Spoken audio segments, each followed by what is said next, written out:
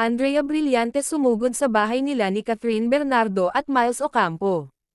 Namataan si Andrea Brillantes sa bahay ni Catherine Bernardo, kung saan nga ay naging dahilan ito sa hiwalayan ng Katniel. Matatandaan na hindi talaga nagbigay ng anumang pahayag itong si Andrea, ukol sa mga issues na binabato sa kanya.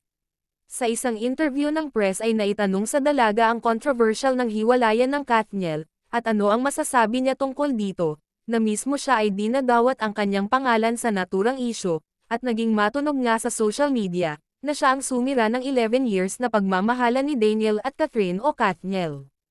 Imbes na sagutin ang mga tanong at mga issues na binabato sa kanya, para maging malinis ang kanyang pangalan, ay lumihis ito ng sagot, nagpapasalamat ito sa kanyang pamilya, lalong-lalo na sa kanyang ina, na pinagtatanggol siya at pinagmalaki ng kanyang ina, dahil sa mga nagawang kabutihan ni Andrea sa kanyang mga kapatid na pinag-aral niya, at sa pagpatayo ng kanilang bahay.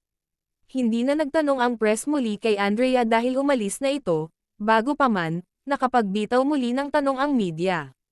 Bukod sa pagkakadawat ng third party ng Katniel itong si Andrea, ay may mga akusasyon na di umano, may video nga itong si Andrea Brillantes at Daniel Padilla, na may ginagawang kababalaghan, pero hindi ito pinapalabas dahil nakiusap itong si Andrea na wag ipakalat ang naturang video dahil masisira siya.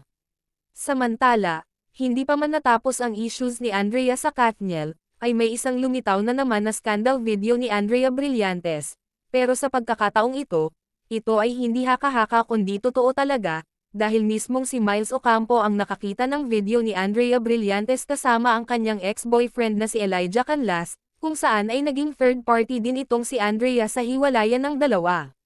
Ito ay pinatunayan ni OG Diaz, na mismong si Miles Ocampo ang nakakita sa naturang video, ng dalawa na nagsusubuan at naghalikan pa ang dalawa.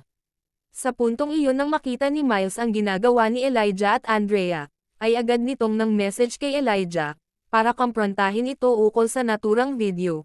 Pero imbes na si Elijah ang mag-reply, ay si Andrea Brillantes ang sumagot ng mensahe kay Miles. Sabi ni Andrea, "Ate sorry, nakakahiya sa iyo, sa ganito mo pa nalaman, ate gusto sana kitang makausap." Sa mga sandaling iyon ay hindi napigilan ni Miles Ocampo ang kanyang nararamdaman kay Andrea, sa mga sinasabi nito sa kanya, kaya naman binato ni Miles ng malakas ang kanyang cellphone, at basag na basag nga ito. Sabi pa na ito ay totoo at hindi mga haka-haka lamang, dahil mismong si Miles Ocampo ang magpapatunay daw dito.